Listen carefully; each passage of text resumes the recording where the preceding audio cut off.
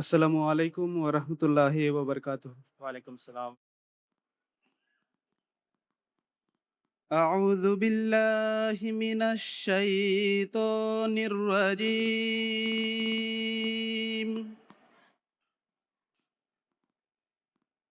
বিসমিল্লাহির রাহমানির রাহিম।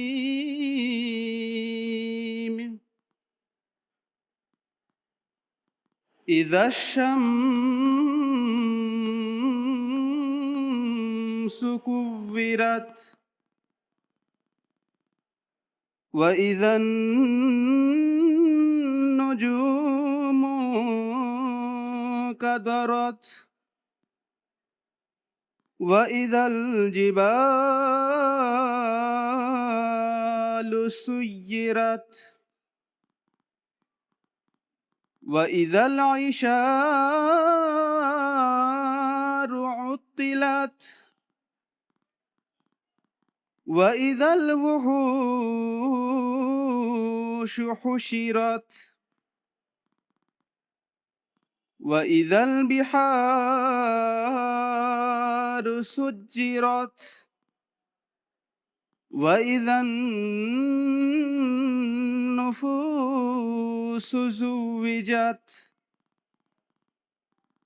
وإذا الموءودة سئلت بأي ذنب قتلت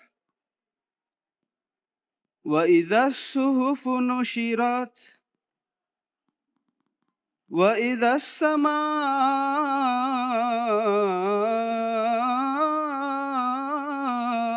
كشطت وإذا الجحيم سعرت وإذا الجنة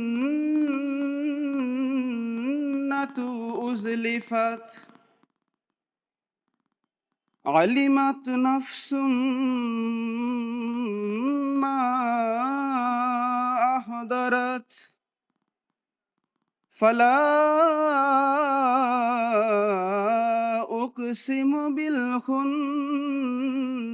الجوار الكنس والليل إذا عسعس والصبح إذا تنفس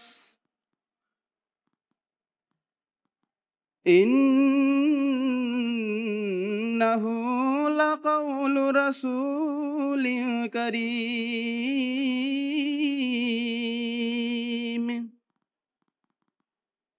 ذي قوة عند ذي العرش مكين مطاع ثم أمين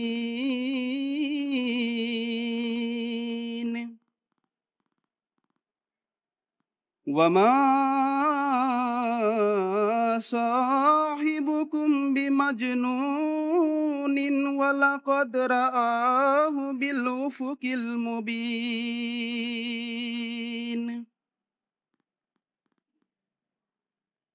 وما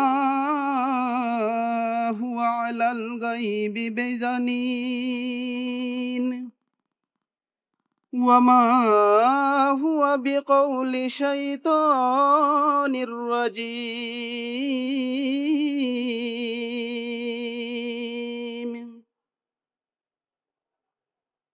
فأين تذهبون إن هو إلا ذكر للعالمين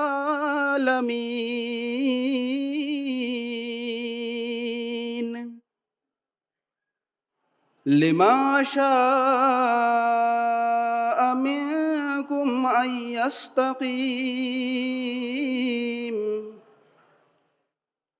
وما تشاءون إلا أن يشاء الله أن يشاء الله رب العالمين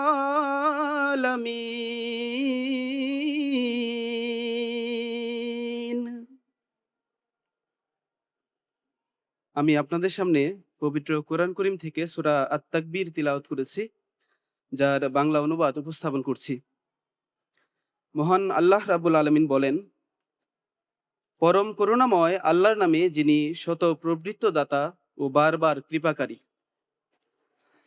যখন সূর্যকে ঢেকে দেওয়া হবে, আর তারকারা যখন নিষ্প্রভ হয়ে যাবে, আর পাহাড় পর্বতকে যখন স্থানচ্যুত করা হবে, আর 10 মাসের গর্ভবতী স্ত্রীগুলো যখন অযত্নে অবহেলায় পরিত্যক্ত হবে,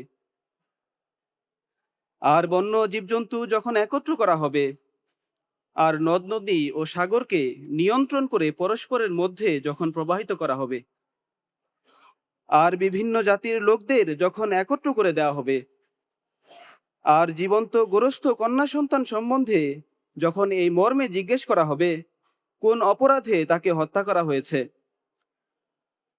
আর পুস্তক পুস্তিকা যখন যখন ব্যাপকভাবে প্রকাশ করা হবে, আর আকাশের আবরণ যখন তুলে ফেলা হবে, আর যখন জাহান্নামকে প্রজ্বলিত করা হবে, আর যখন জান্নাতকে নিকটবর্তী করে দেয়া হবে, তখন প্রত্যেক ব্যক্তি জানতে পারবে সে কি নিয়ে উপস্থিত হয়েছে। অতএব সাবধান, আমি তাদের শপথ করছি যারা গোপন অভিযান চালিয়ে কেটে পড়ে, অর্থাৎ নৌযানগুলোর যেগুলো লুকানোর সময় গুপ্তস্থানে লুকিয়ে পড়ে, আর রাতের শপথ যখন তা আসবে ও পিঠ দেখিয়ে চলে যাবে, এবং প্রভাতের শপথ যখন তা শ্বাস নিতে আরম্ভ করবে, অর্থাৎ যখন তা উদিত হবে। নিশ্চয়ই এটি তথা কোরআন এমন এক সম্মানিত রসুলের প্রতি অবতীর্ণ বাণী, যে রসুল পবিত্রকরণ শক্তির অধিকারী, আরশের অধিপতির কাছে অতি মর্যাদাবান, আর সে নিজ অনুসারীদের কাছে অনুসরণীয় বরণীয়, তদুপরি সবার কাছে বিশ্বস্ত। আর তোমাদের সাথী মোটেও উন্মাদ নয়, আর নিশ্চয়ই সে তাকে সুস্পষ্ট দিগন্তে দেখেছে, আর সে অদৃশ্য বিষয়াদি বর্ণনায় মোটেও কৃপণ নয়, আর এটি কোনো বিতাড়িত শয়তানের কথাও নয়। অতএব তোমরা যাচ্ছ কোথায়? এ যে সমগ্র বিশ্বের জন্য এক উপদেশ বাণী মাত্র, বিশেষভাবে তার জন্য যে তোমাদের মাঝে অবিচলতা প্রদর্শন করতে চায়। আর বিশ্বজগতের প্রতিপালক প্রভু আল্লাহর ইচ্ছাধীন না হয়ে তোমরা কোনো ইচ্ছা পোষণ করতে পারো না। আসসালামু আলাইকুম ওয়া রাহমাতুল্লাহি ওয়া বারাকাতুহু।